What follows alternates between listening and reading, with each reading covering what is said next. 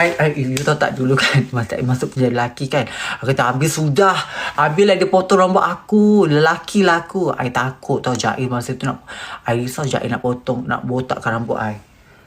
Kau tengok lah kan, punyalah hebat saja kan, dia nak jadi perempuan betul-betul.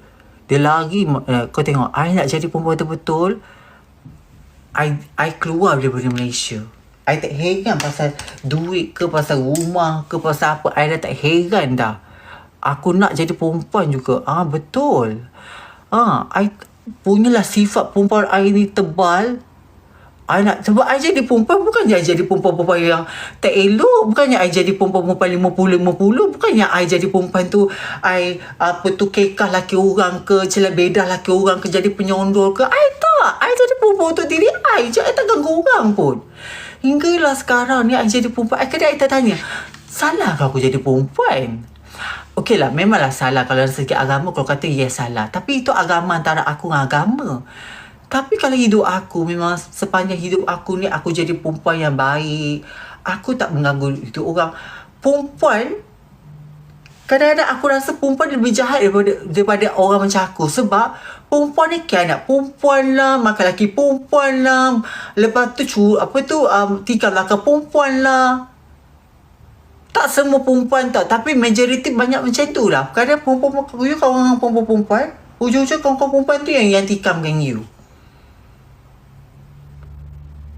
Ramai orang nak kawan dengan I, sebab kata dengan Sajak ni best. Sebab apa? Sajak you selalu bagi advice, you tak cemburu dengan perempuan. Sebab apa nak cemburu dengan perempuan? Sebab I pun nak jadi perempuan. I obsessed nak jadi perempuan. I want to be like you.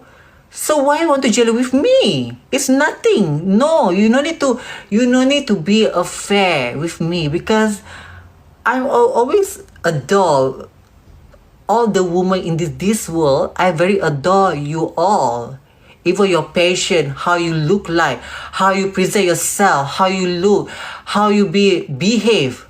But sometimes I always thinking with myself, why perempuan-perempuan yang suka jealous antara satu sama lain, kadang-kadang kawan makan kawan, jealousy, status, beauty standard. Why?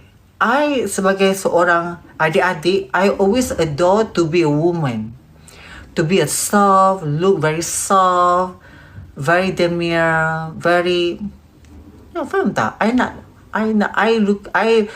My soul more to the very kata apa tu, a passion with the woman vibe. I kadang-kadang baca-baca perempuan-perempuan punya vibe ni kan, tak semua lah jealousy antara satu sama lain, especially wanita-wanita yang you rapat, itu yang diorang jealousy sangat. I tak tahu kenapa.